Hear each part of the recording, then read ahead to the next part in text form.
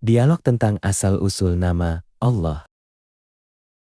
Jejak Sang Khalik di Tanah Semitik. Han, aku baru saja membaca jurnal tentang etimologi nama Tuhan. Kalau kita jujur secara sejarah, nama Allah itu sebenarnya bukan istilah baru yang eksklusif milik Islam kan? Ayah Nabi Muhammad saja namanya Abdullah. Artinya, masyarakat pagan saat itu sudah menyembah Allah jauh sebelum Al-Quran turun. Betul sekali, Riz. Secara linguistik, itu fakta sejarah. Al-Quran sendiri tidak pernah mengklaim memperkenalkan nama baru. Justru Al-Quran hadir untuk meredefinisi siapa itu Allah yang selama ini dipahami secara keliru oleh masyarakat pagan. Tapi itu artinya ada pengaruh paganisme di dalamnya, bukan? Ada teori yang bilang YHWH di Taurat atau Allah di Arab awalnya adalah dewa-dewa lokal. YHWH mungkin dewa badai Kanaan, dan Allah adalah Tuhan tertinggi di antara dewa-dewa Mekah. Sepertinya agama-agama Semitik ini hanya hasil evolusi dari kepercayaan kuno. Begini cara melihatnya, Riz. Di dalam Taurat, tepatnya di Keluaran 3 ayat 14, Tuhan memperkenalkan diri kepada Musa dengan nama YHWH. Memang ada pakar sejarah yang mencoba mengaitkannya dengan budaya lokal, tapi secara teologis, itu adalah momen penyingkapan diri. Di bahasa Aram, Yesus menyebutnya Allah. Di bahasa Arab, ia menjadi Allah. Akar katanya sama, El, Eloh, Ilah. Kesamaan ini bukan karena mereka saling meniru paganisme, tapi karena mereka berasal dari rumpun bahasa yang sama untuk merujuk pada entitas yang sama. Tapi kenapa konsepnya bisa beda jauh? Di Mazmur 82 misalnya, Elohim digambarkan menghakimi di tengah para dewa. Lalu di Injil konsepnya berubah jadi Bapa. Kemudian di Al-Quran di surah An-Najm, Allah digambarkan sangat tegas menolak keberadaan putri-putrinya seperti Lata dan Uzza. Kalau memang Tuhannya sama, kenapa sejarahnya terlihat seperti perdebatan identitas? Itulah fungsi wahyu. Al-Quran bertindak sebagai muhaimin atau penjaga kebenaran. Islam mengakui bahwa kaum pagan Arab mengenal Allah, tapi mereka melakukan syirk atau sinkretisme dengan menyembah berhala sebagai perantara. Al-Quran datang dan berkata, "Ya, kalian benar, dia adalah Allah, tapi kalian salah karena menganggap dia punya anak atau sekutu." Jadi ini bukan evolusi dari dewa menjadi Tuhan, melainkan pembersihan konsep Tuhan yang sudah terdistorsi oleh budaya pagan. Menarik.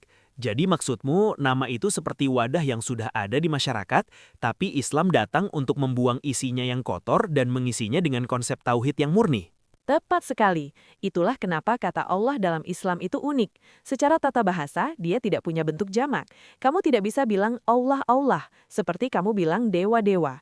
Penambahan gelar Subhanahu wa Ta'ala atau SWT di belakangnya juga bukan cuma pemanis, tapi pembatas tegas bahwa Allah yang kita bicarakan ini berbeda mutlak dengan makhluk atau dewa-dewa dalam mitologi. Jadi meskipun di kamus bahasa atau di pencarian Google kata Tuhan sering disandingkan dengan dewa, secara substansi di 3 kitab suci, Taurat, Injil, dan Al-Quran, ada upaya untuk memisahkan pencipta dari sekedar figur dewa budaya. Benar, sejarah nama Allah adalah sejarah perjuangan monoteisme untuk keluar dari bayang-bayang paganisme.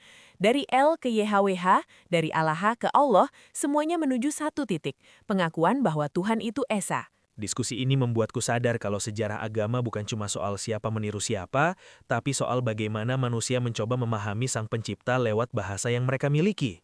Oke Han, kalau soal nama itu masalah bahasa, aku bisa terima. Tapi bagaimana dengan ritualnya?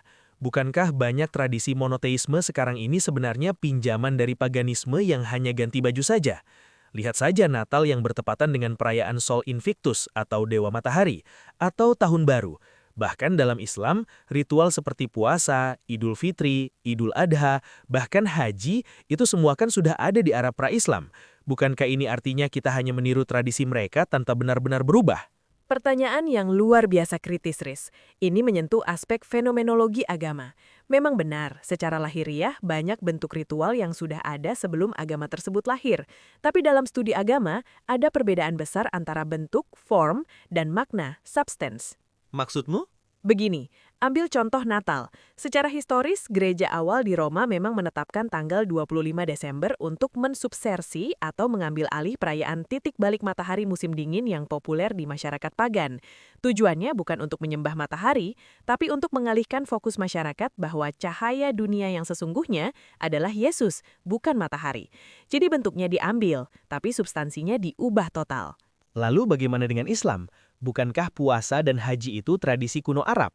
Tepat sekali. Puasa misalnya, sebelum Islam, orang Quraisy sudah terbiasa berpuasa pada hari Asyura.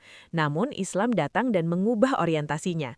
Puasa tidak lagi sekedar menahan lapar untuk tradisi, tapi menjadi sarana takwa atau kesadaran akan Tuhan. Begitu juga dengan haji.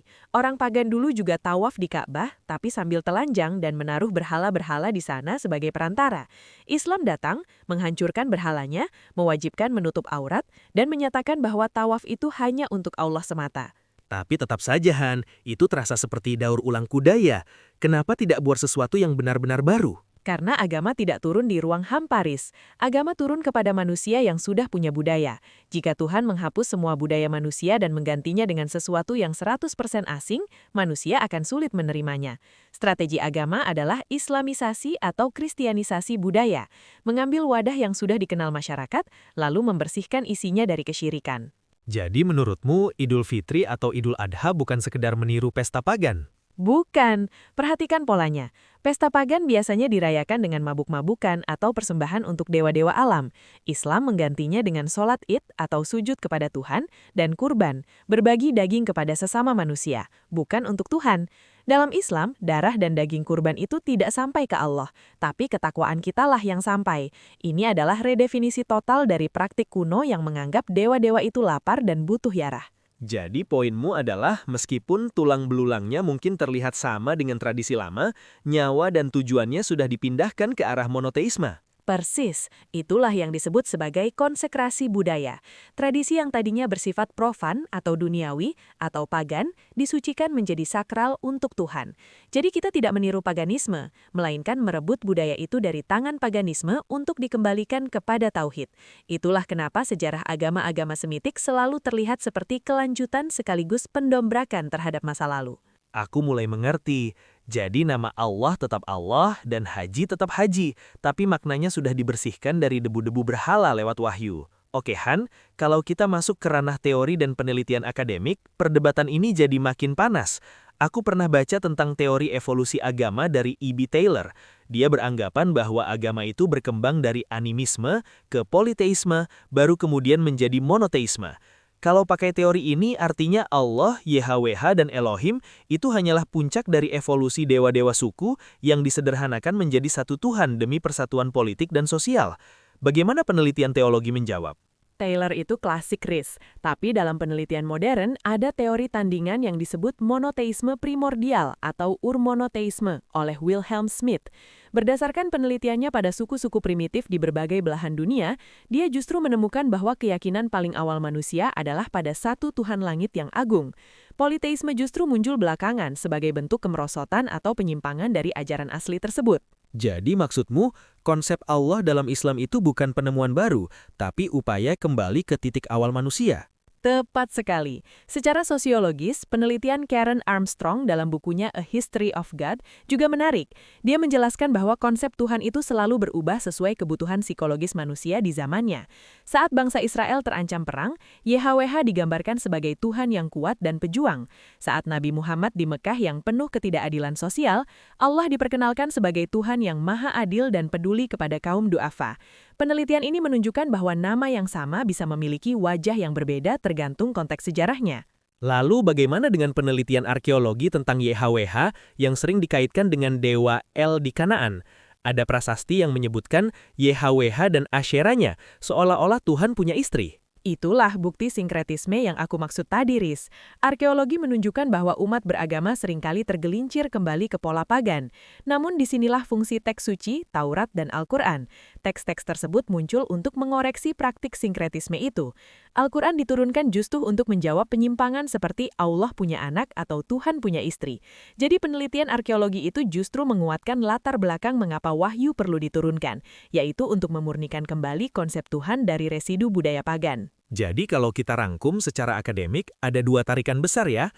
Satu sisi melihat agama sebagai produk budaya yang berevolusi, sosiologis, dan sisi lain melihat agama sebagai intervensi Tuhan untuk meluruskan budaya, teologis.